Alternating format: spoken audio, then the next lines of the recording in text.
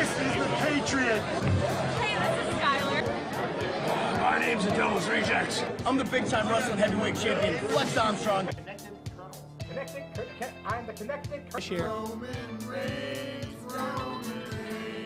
Rusev Day every day. It's Rusev Day every day. Exactly. And you're watching the Wrestling Connection. And you're watching Wrestling Connection. And watch the Wrestling Connection. You're watching the Wrestling Connection.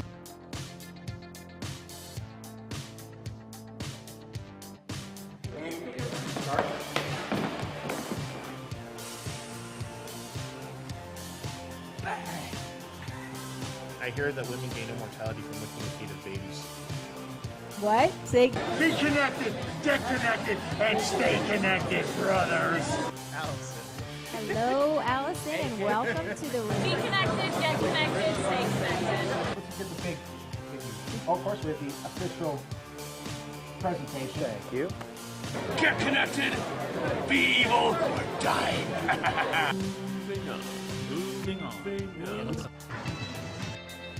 Be connected, get connected, stay connected.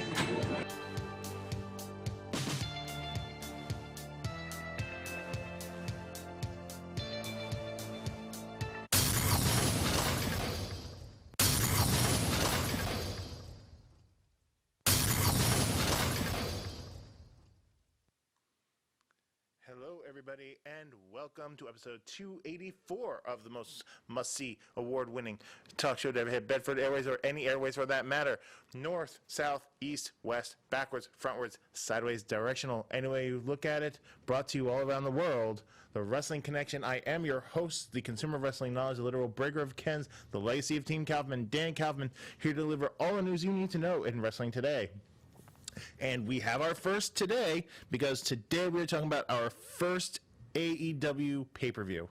Not the first that they've put out, mind you, but the first that this show will cover. And that show is AEW Full Gear. Now, this was one, I believe this is like the third or fourth brought to you under the AEW banner.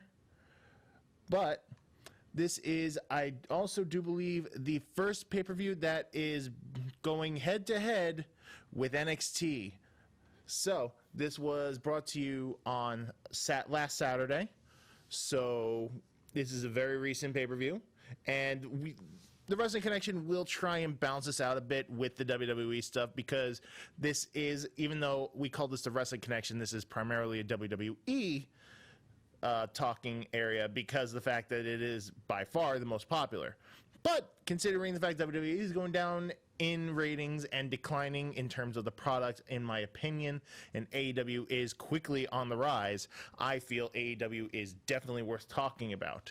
So, we start with the buy-in match, which honestly, to be perfectly honest, I did not see the full amount, but it was against Dr. Britt Baker, DMD, gotta say the name apparently, versus B. Priestley, who I actually knew B. Priestley a little bit beforehand during, was it WCPW? What Culture Pro Wrestling?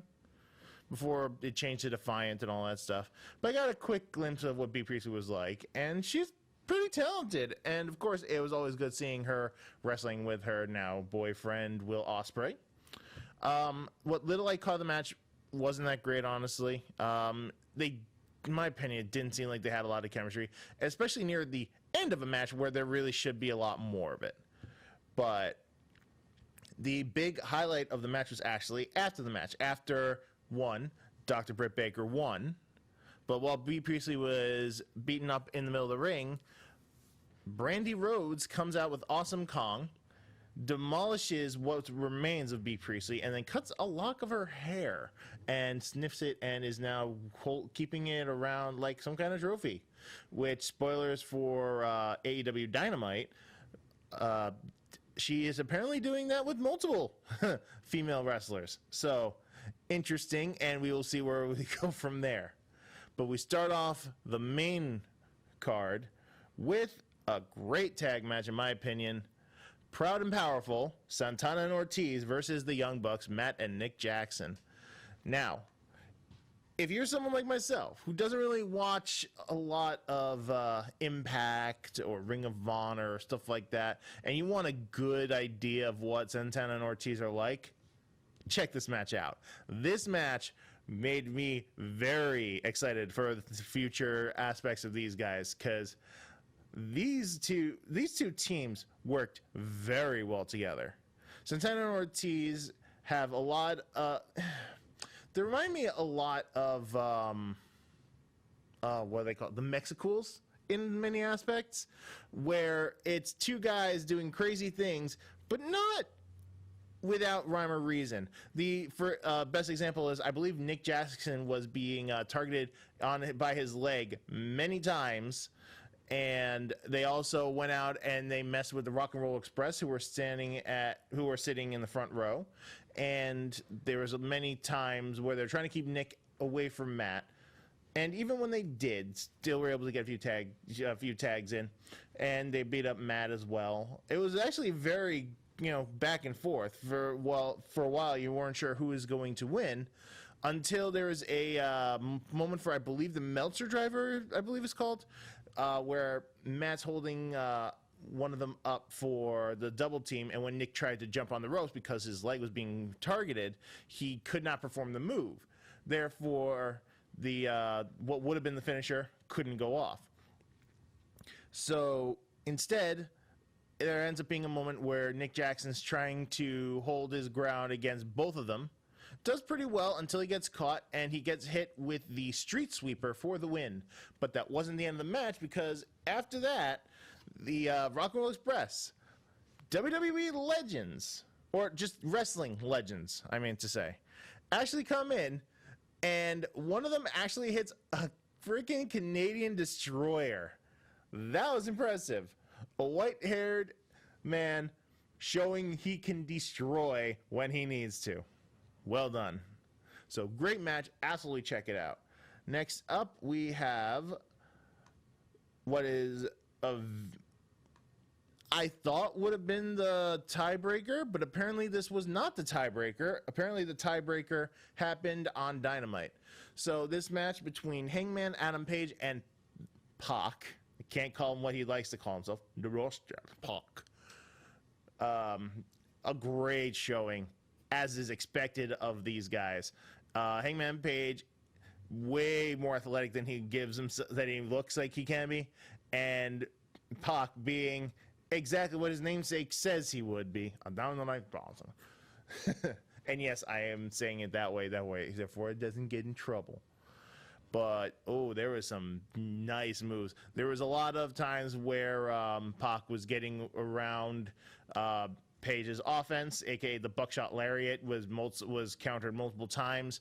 There was a moment on the outside where Pac was sitting on a random chair, and when Pac tried to get close, Page tried to get close. Pac picked him up for a brainbuster on the chair. There was a Black Arrow attempt which missed, so Pac ate a face full of canvas. Back and forth with these guys, but in the end, Page catches Pac with the the Deadeye for the win. And what we would think would mean that Page has, the advantage over him in terms of their competition. No, apparently that tied them up. So on AEW Wednesday Night Dynamite, they had a rematch, the rubber match. And Pac literally knocked Page out. Literally kicked him twice in the head. Page went down, then kicked him multiple times in the head, then hit the Black Arrow, then put him immediately into the Brutalizer. But there was no tapping out because Page was out cold.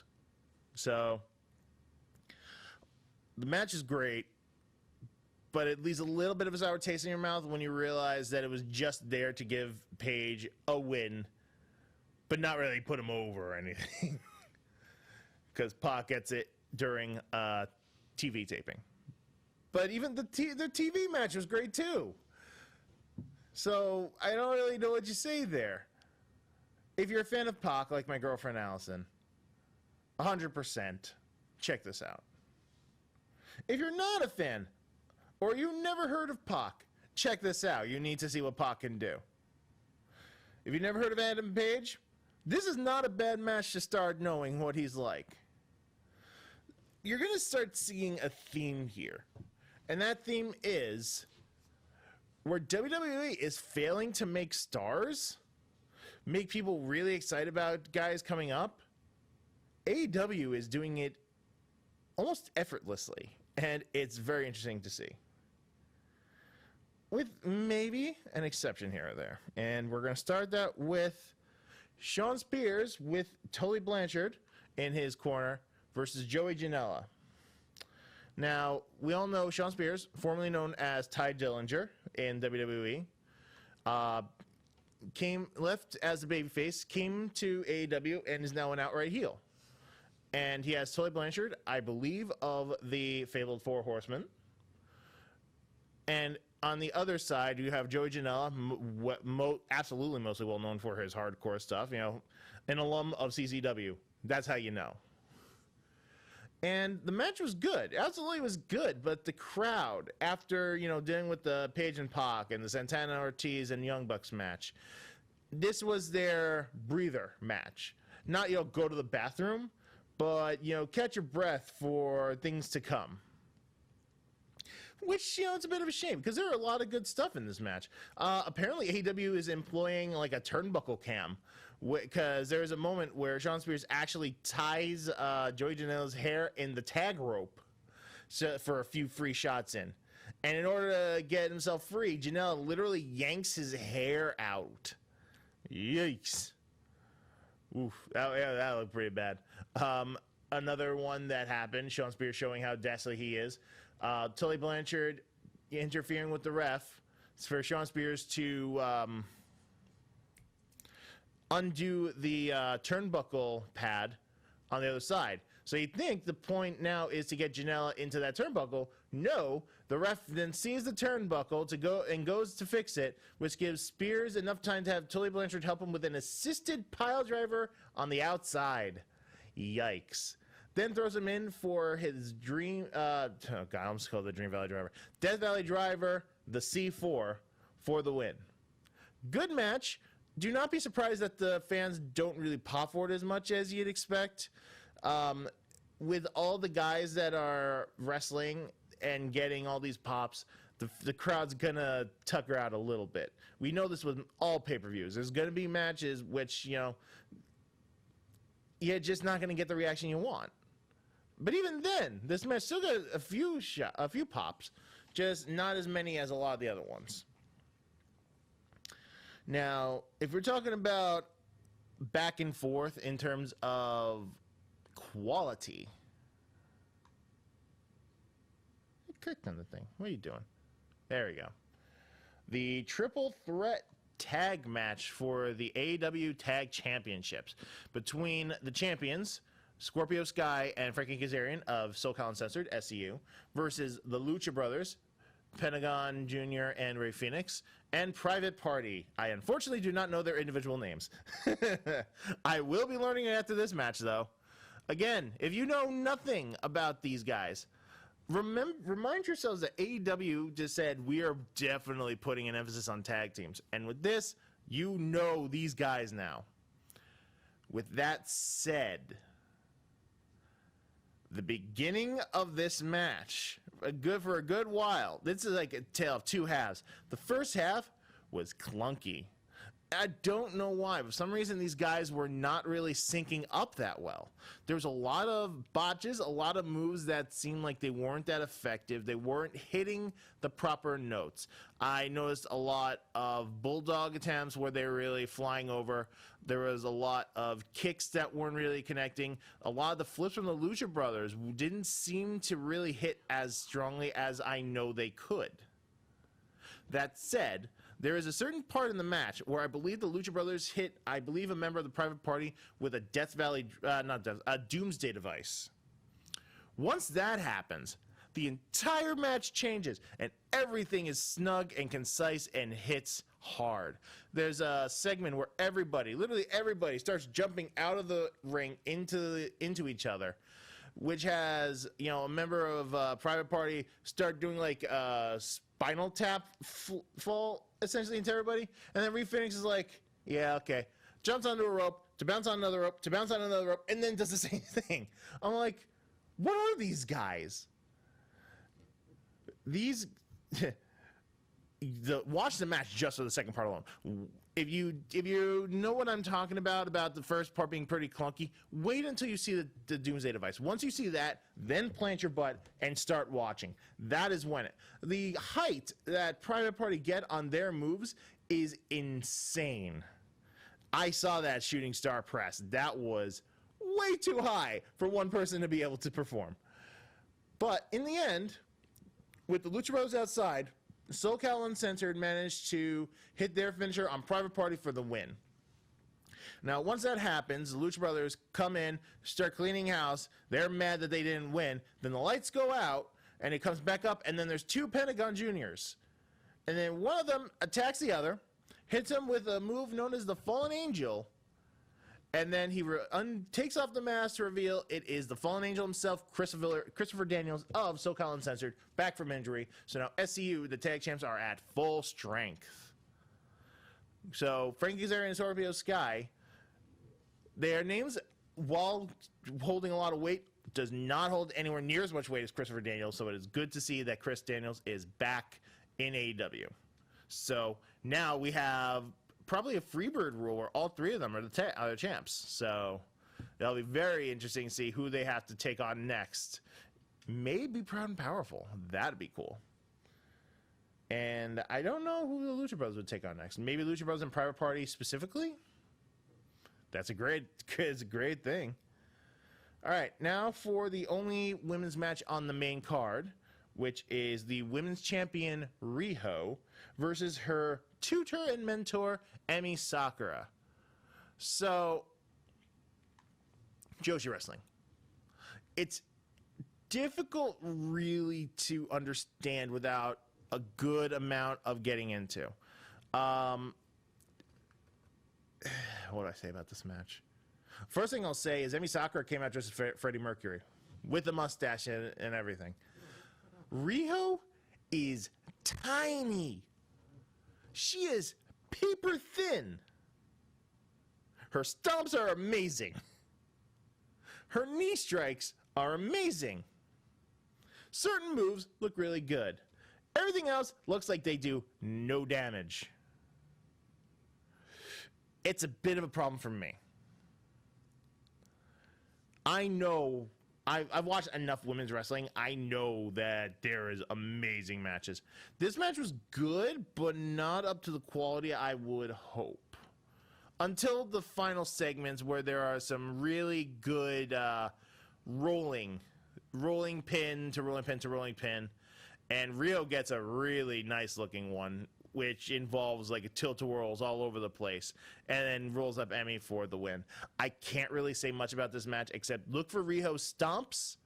There's really good stomps. Like off the turnbuckle stomps, rolling through double stomps. Do you know Finn Balor stomps? Yeah, those. Riho has very good Finn Balor stomps.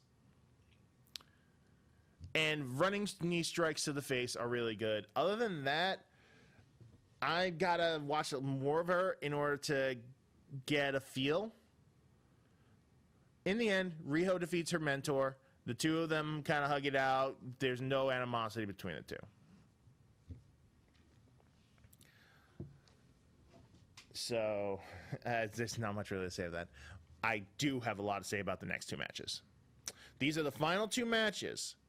And the first one, with the stipulation that if the champion is not beaten and bested, let me just get to the card. Cody Rhodes versus Le Champion, Chris Jericho.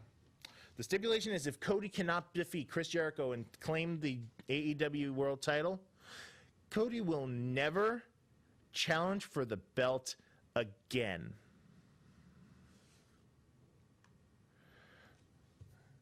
So, first off, each man gets a designated ringman. So Chris Jericho comes out with Jake Hager, and Cody Rhodes comes out with MJF. Both stand in their respective corners, and then we are told there is a 60-minute time limit to this match. If the match is not decided within those 60 minutes, you have a panel of 3, which those 3 are Dean Malenko, Arn Anderson, and the Great Muta, and they will determine who becomes the champion. They score the match over what they see. And then before the match even starts, both the men are in their corner, and the announcer claims who they are in each respective corner. This is amazing to me. From watching WWE match after WWE match, title match after title match, where they don't do this at all. You know, how many people forget that Shinsuke Nakamura is the Intercontinental Champion? It's because it's just another match thrown in there. There's title matches. This happened with Kevin Owens when he was the Universal Champion. He was the Universal Champion, but people made it seem like it didn't matter because it was just another guy and he's holding it until a certain part because Chris Jericho was in his corner. There's no moment where they have one guy on each side and they give you all the rules of the match. They make great emphasis on these guys competing for the title. And you feel the grandeur before the match even starts. I was enthralled and willing to go through everything just from watching that part. This is a foreign topic for me because of the fact that I watch WWE so much, and they crap on their belts. The belts don't matter. They really don't. They're a prop to get feuds going. Regardless, the match actually started slow. And not in a bad way, but in a way that makes you think they're actually trying to prep themselves for a potential 60-minute match. You know, they do some chain wrestling. Jericho gets out, talks to Jake, tries to, get some strategy in. Go in, do a little more, and he rolls out again. Gets in Dean Malenko's face a little bit. Cody talks a little with MJF. They're prepping themselves for a long haul because they know this match is so important to the both of them. And then they start going in. And that's when the match really kicks in. Granted, these aren't high flyers the way that most of the matches prior to this were. But that's okay. These guys are trying to size each other up, holding back just enough to know that they have a next spur of energy should they need it. And then something happens, which turns the tables of what this match does, and then real concern happens. So there's a part where Cody has a flurry of offense. He hits Jericho out of the ring, dives into the ring. Then he hits him to the other side of the ring, gets him out of the ring, goes for a dive. Jericho dodges, and Cody face plants hard into the diamond plate of the ramp. And after that, Cody was in severe trouble. To the point where they couldn't stop the blood for a good while. They just pouring out of this cut that he had above his eye. To the point where when he was trying to get back up, where they were trying to cover it up a little bit to make sure that it wasn't going to get in his eye completely, Chris Jericho get a steel chair, go in the ring, open it up, and just sit down and wait for Cody to get back up. And just wait. And ever since then, Cody was able to get back into it, but Jericho just kept going after that cut, that punt, punched it, kicked it, hit face attack after face attack. The point where you had, multiple kicks and hits. Eventually you will have, don't forget, all of Jericho's finishing attacks are face strikes. Codebreaker and Judas elbow, and the Judas effect. Judas effect, that was it. But there was a lot of times Jericho actually got out of the ring, started badmouthing, talking smack to Cody's mom, who actually got a good swipe into Jericho, which was really nice to see. There was the Crossroads, disaster kick, triangle drop kicks off of the apron.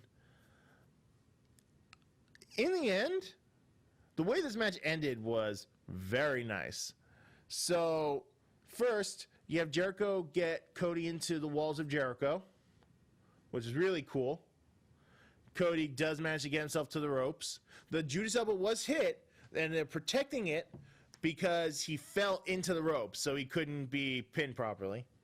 But in the end, what happened was Jericho was on the top rope. Cody went for a Frankensteiner. Jericho held him, jumped off the turnbuckle, turned it into another Walls of Jericho, but won with the Lion Tamer. He actually took the knee and changed the Walls of Jericho into the Lion Tamer, the much deadlier version of the Walls of Jericho. And in the end, Cody did not tap out. He did not pass out. MJF threw the towel. He threw in the towel, meaning that his ringman gave up for Cody. MJF, in tears, racked with guilt and unsure of what to do, throws in the towel. So, Le Champion retains. Cody no longer is allowed to challenge for the belt. And when MJF is apologizing and helping Cody to his feet, kicks him below the belt, and yells in his face, "It's my turn, you selfish prick." And it's finally confirmed. MJF, who has been on Cody's side the entire time, despite we know how much of a heel he is, finally turns on Cody at the worst time. And on Wednesday Dynamite, MJF says that the real villain is Cody, holding him down, holding him under his thumb, but the thumb is not big enough to keep MJF down. In a roundabout way, joins the inner circle, Chris Jericho's inner circle. Oh, I forgot to even mention the fact that Jake Hager was caught decking Cody behind the ref's back, so the ref ejected Jake Hager. So Jericho was alone for a good chunk of the match. But no, on Dynamite, MJF called Chris Cross Applesauce. Chris called MJF Max sells seashells by the seashore. And asked, do you want to join the inner circle? Do you want me to join the inner circle? Do you want to join the inner circle? And they go back and forth. Essentially, MJF is now part of the inner circle. Cody comes out, takes on both of them, and then the debut of Wardlow is now beats up Cody and kind of strangles him by his tie a bit. So MJF versus Cody is obviously the next feud for there. Wardlow's probably going to be MJF's heavy, and this will be very interesting to see. But yes, it is official. Cody is no longer allowed to challenge for the belt. Now for the final match, and a match steeped in controversy now. The unsanctioned lights out match between Jon Moxley versus Kenny Omega. Now, you're asking what exactly is an unsanctioned lights out match? An unsanctioned match means that the very important to AEW win-loss record is unaffected by this. The unsanctioned match means no matter what happens to each guy, the company itself is not responsible for it. So it has to be accepted by both men. Jon Moxley, when he was told about the unsanctioned part where it's not going to affect the win-loss record, lost his mind, said, what happens to Kenny Omega is now on you. It's your back for this. He didn't say back, let's put it that way. A lights out match is essentially what most WWE fans would call a hardcore match. I would call it more of a death match. If anyone's aware of what a death match is, you know the hardcore stipulation in WWE is a joke compared to what a death match is in, let's say, out of the country. That's what this controversy really is. They are saying that this match is way too graphic for public TV, for a televised show of any kind. It's a pay-per-view. They can do what they want with this, but there is a lot that happens in this match. I'm going to show you two pictures that are some of the nicest I can show you from this match. And here you go. The left is Kenny and John trapped in a barbed wire net, similar to those pitching nets where people practicing their pitching will toss a baseball at the net and the net will bounce it up for a pop fly for you to catch. It looked like that, except covered in barbed wire, made of barbed wire. And the second picture is near the end of the match, where Jon Moxley, frustrated with the fact that Kenny Omega was able to kick out of the paradigm shift, ended up cutting up the mat, taking off the mat topping, taking off the foam underneath it, leaving the hard wooden planks. And that was where the match ended. Kenny hit the paradigm shift on John on there. John kicked out. Then Kenny went for the Phoenix Splash, which was the wrong choice. John gets out of the way. Kenny face first into the wood. John picks up Kenny. Elevated paradigm shift. On Wednesday, Kenny has a real black eye. Like, it's pretty pronounced. But with that, John gets the 1, 2, 3. Now, what I just said does not involve barbed wire bat, barbed wire broom, table, wooden plank covered in mouse traps, glass, lots of glass, and a golden chain used to strangle. You see now why I said this match is steeped in controversy? Here's the thing. A strong fan like myself, one who knows a lot of the ins and outs, knows a lot of those were gimmicked. The glass was obviously sugar glass, which means that it's way easier to break and nowhere near as deadly as regular glass would be. Still doesn't change watching Kenny drag John across it and then put him into a submission move where the only way to get to the ropes is to crawl through the glass. Doesn't take away how that was. Oof. I also left out the large framing spotlight area where Kenny used a V-trigger and smashed John through it. If you want to know what kind of match Jon Moxley is going to be bringing to the table from now on, check this match out. If you want to see two guys go beyond the limits of what WWE is willing to show, check this match out. If you guys are squeamish, avoid. I have to say it. If you're squeamish, you just like seeing, very talented individuals doing very, very talented things, don't watch this match. This match is 40 minutes long. This match is long. This match is brutal. Guys are pouring blood out their backs.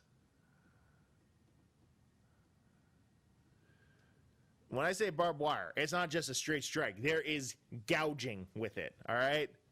If you're squeamish, do not watch this match. On the flip side, though, this does not harm the business. This finally gives the alternative for when there is no longer the Attitude Era, all right? These guys chose to do it. These guys are not new to this concept. Kenny Omega's done hardcore matches before. Jon Moxley is an alum of CZW. He's not experiencing for the first time. He's returning to it after being Dean Ambrose and having his Ambrose Asylum matches, where thumbtacks was the scariest thing you had to deal with. Thumbtacks suck, but there's other things to do.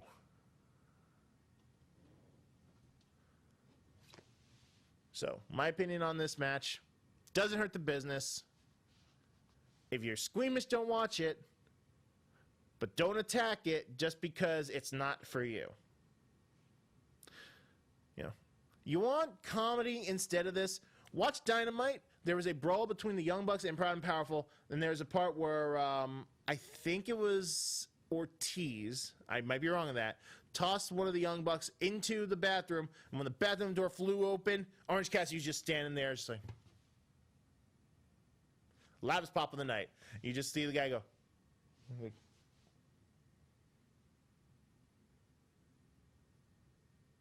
to the camera, then goes over the Jackson, grabs the door, slowly closes it, turns around, super kick to the face.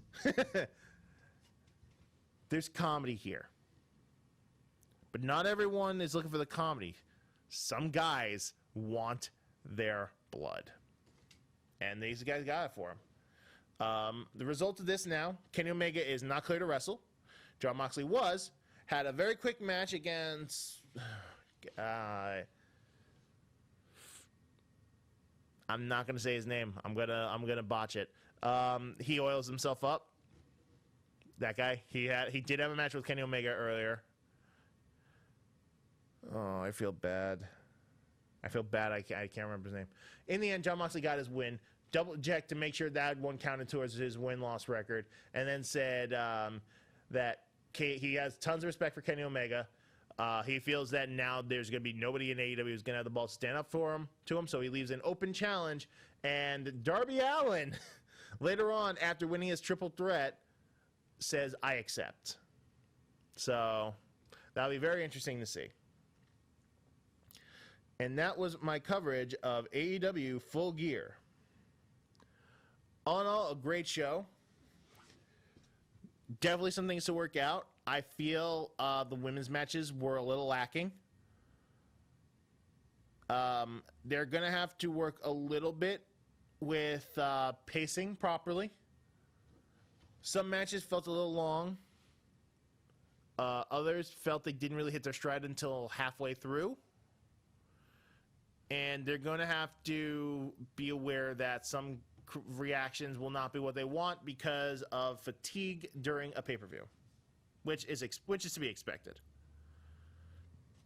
But in the end, still, these guys are making stars left and right and center without any effort needed. Because Orange Cassidy is so over.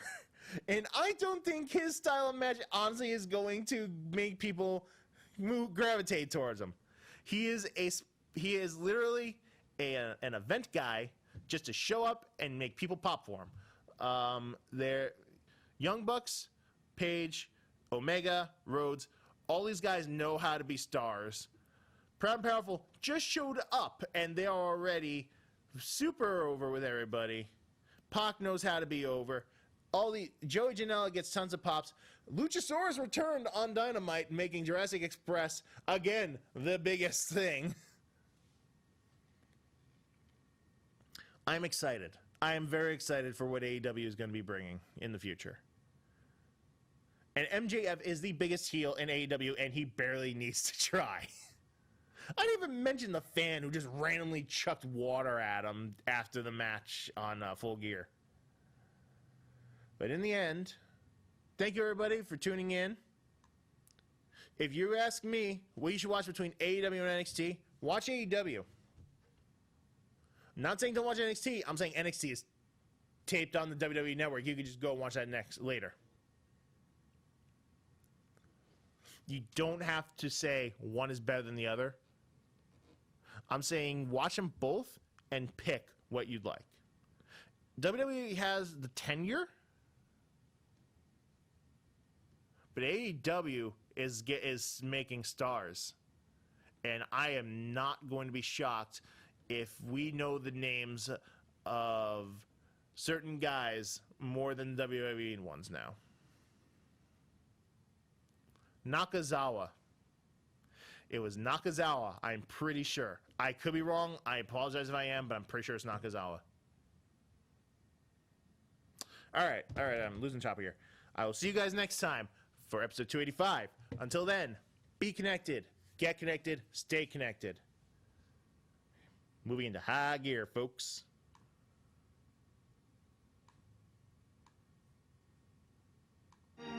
I've heard it too many times to ignore it. It's some